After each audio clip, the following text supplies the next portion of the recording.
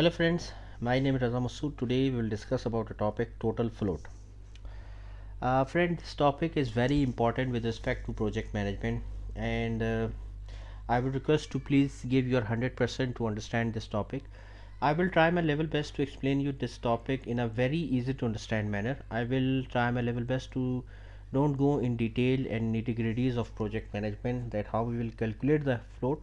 First of all, we have to understand that what is logically float it is. So, in terms of project management or PMBOK project management or body of knowledge, we will see that what is total float, and we will try to understand and we will try our level best to get the idea, get the concept of total float.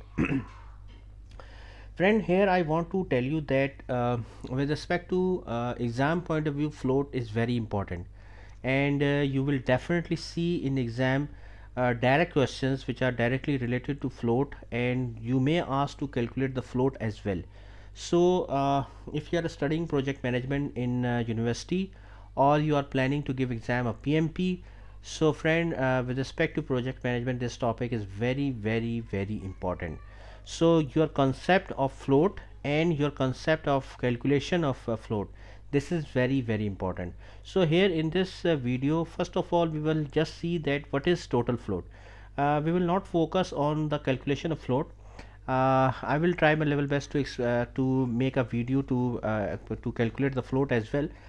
However, in this short video, I will try my level best to explain you the concept and advantages of calculation of float here.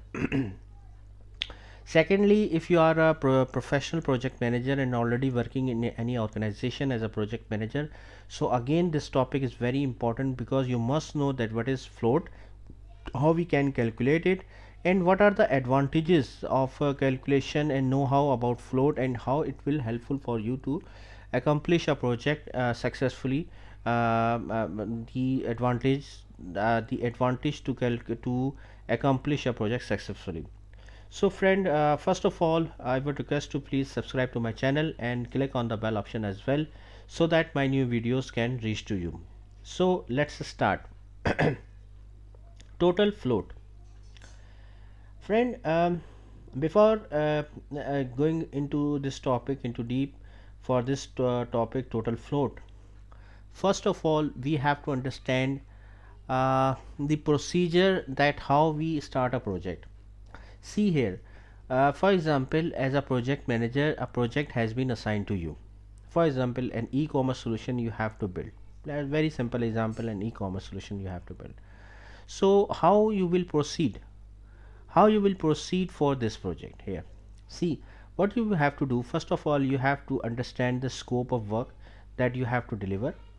Then by using the work breakdown structure or WBS means that you will break the project or scope into small piece of task which you can estimate in terms of time, in terms of cost. Okay, are you getting my point?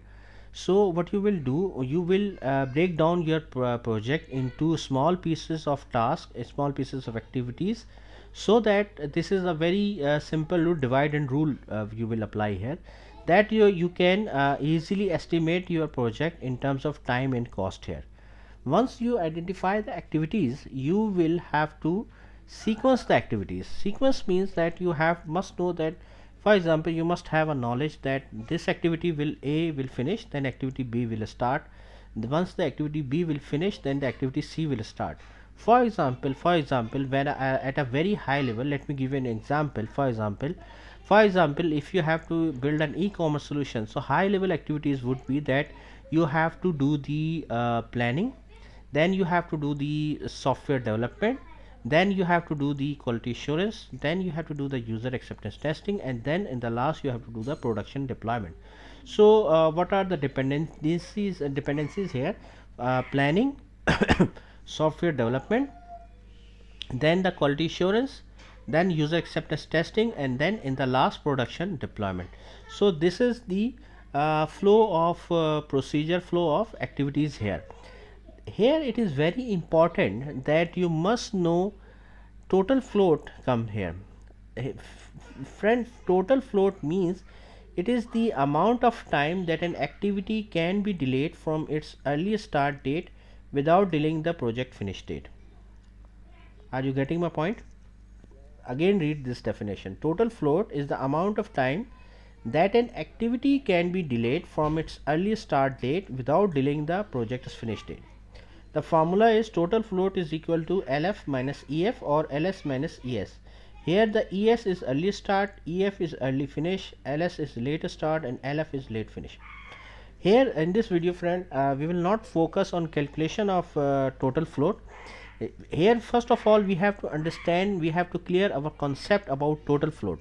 Friends, see, total float means an activity, if it's delayed, it's delayed, it will not delay the overall project timeline. For example, let me give an example. For example, you have to do the software development for 5 days and you have to do the software designing for 3 days, okay, and then you have to do the quality assurance. Here try to understand here, if your software development delayed, obviously your project timeline will also be delayed. However, if your software designing delayed for 1 day or 2 day, it will not delay your overall project timelines. So that means the software development is on the critical path and software designing is not on the critical path. So that means that software designing has 2 days float. Are you getting my point? Let me explain again to you. For example, software development you have to complete in 5 days and software designing in 3 days. Once the software development will finish, then you have to start the quality assurance. However, you know that if your software designing could be delayed to for 2 days again more, so again it will not impact the project timeline. So float, total float means, here total float means friend, the amount of time that an activity can be delayed from its early start date without delaying the project finish date. Here in the previous example which I was explaining to you, the software designing has 2 days float. 2 days float means that if software designing could be delayed for 2 days, it will not impact your project timelines. Are you getting my point? This is the whole scenario, this is the concept of total float here.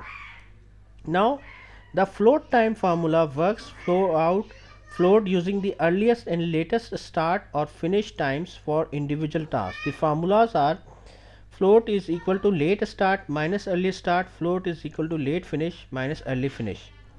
For example, let's take two tasks, task A and task B. Task B can't start until task A is finished and task A takes 10 days. However, in your schedule you have allocated 17 days for task A to be completed. That means that task A could start 7 days after the scheduled start date without impacting the task B.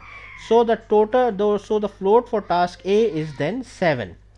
What does that mean? That A can be delayed for 7 days and it will not delay the overall project timeline. Here 7 means like this. Are you getting my point? If task activity A has a float of 7 days, it means that the task A can be delayed for 7 days. However, your overall project timelines will not be delayed. So this is a very important information that you knows about here about total float, that activity can be delayed for some days, which is called as float, and it will not impact your project timelines. So this is called the concept of float. Another example we can discuss here.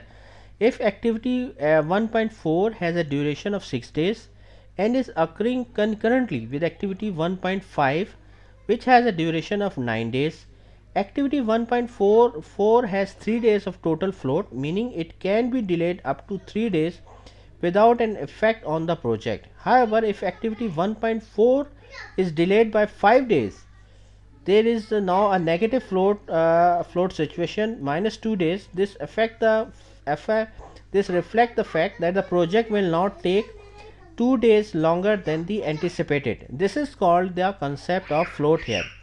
Let me explain to you again. There are two activities 1.4 here. 1.4 is having 6 days work, and 1.5 is have to be completed in 9 days. So that means that activity A 1.4 has 3 days float. Like it can be delayed. If 3 days delay occur in completion of activity 1.4, it will not impact your overall project timelines. Okay. However, if your activity 1.5 will delay, it will delay your project timelines as well. So that means 1.4 is not on the critical path and 1.5 is on the critical path here. If 1.5 will delay, it will delay your project. If 1.4 will delay for 3 days, it will not delay your project overall project timelines. So friend, this is called the concept of a total float here. Concept of total float is that it tells you the amount of time which can an activity can be delayed, and your overall project timeline will not be delayed, will not be impacted.